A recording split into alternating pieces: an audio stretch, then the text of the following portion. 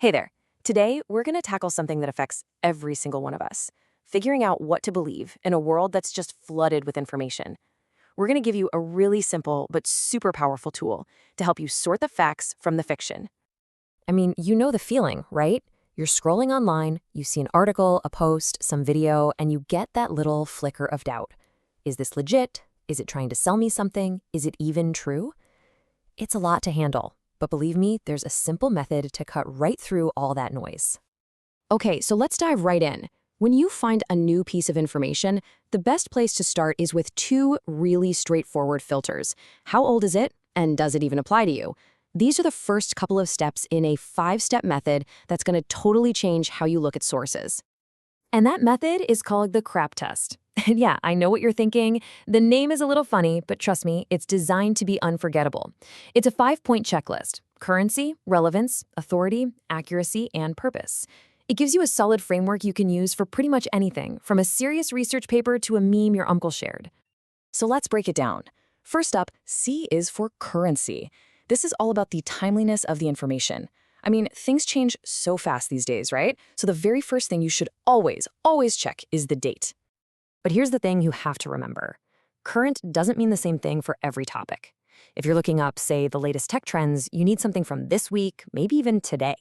But if you're studying the Roman Empire, a source from 50 years ago could still be fantastic.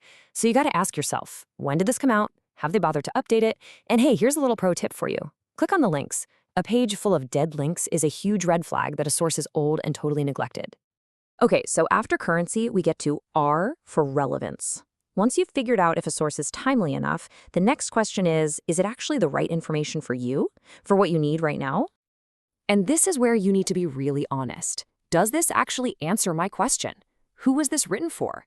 Is this some super dense PhD-level paper when all I need is a simple explanation? Or is it maybe too basic? And here's the ultimate test. Would you feel good about citing this source in an important project? If you hesitate, it's probably not the right fit. All right, we're 2 for 2. The information is timely and it's relevant. Now we get to the real meat of the test, digging into where the information comes from and whether it's factual. This is where we look at the 2 A's, authority and accuracy. So the first A stands for authority. And the big question here is simply, who is behind this? Who wrote it? Who published it? And are they even qualified to be talking about this topic in the first place?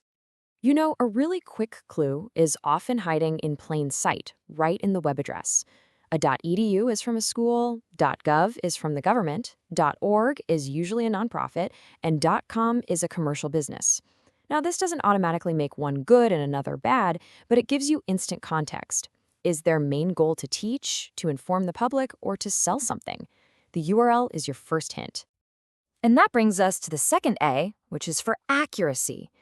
This is all about whether the information is reliable, correct, actually true. It's time to put on your detective hat for this one. So how do you check for accuracy? Well, look for proof. Do they back up what they're saying? Can you find this same information somewhere else from a source you already trust? Pay attention to the tone, too. Does it sound fair and objective, or is it all emotional and one-sided? And honestly, this might sound small, but look for spelling and grammar errors. Credible sources usually get that stuff right. We've made it to the final letter of our test, and you could argue it's the most important one of all. We've checked the timing, the relevance, the author, and the facts. Now we have to figure out the why. And that P stands for purpose. Because here's the thing, nobody creates content in a vacuum. Every article, every video, every post was made for a reason, and figuring out that reason is the key to spotting bias. So what's the goal here? Is it just to inform you, like a straight news report? To teach you how to do something? Is it trying to sell you a product? Or maybe just entertain you? Or, and this is a big one, is the main goal to persuade you to think a certain way? Now, none of these are necessarily bad, but knowing the purpose helps you understand the lens through which the information is presented. This whole purpose thing leads us straight to one of the most critical skills you can have, telling the difference between a fact and an opinion. Is what you're reading a fact, something objective that's backed up by evidence? Or is it an opinion, just someone's point of view, which might be full of their personal biases? A source trying to inform will stick to the facts. One trying to persuade will lean hard into opinions. So there you have it. That's the whole shebang: currency, relevance, authority, accuracy, and purpose. This isn't just some boring checklist for a school paper. This is a practical, everyday toolkit for your brain. When you boil it all down, it just comes down to keeping these 5 core questions in your back pocket. Is it timely? Does this even matter to me? Who made this? Is it actually true? And why did they make it? This table sums it all up. If you run any source through these 5 checks, you will get so much better at finding information you can actually trust. And that pretty much wraps it up. The CRAAP test gives you the power to be an active, critical consumer of information, not just someone who passively scrolls by. So I'll leave you with this one question. Using this new tool, what's one thing you've seen recently that you're going to go back and reevaluate today?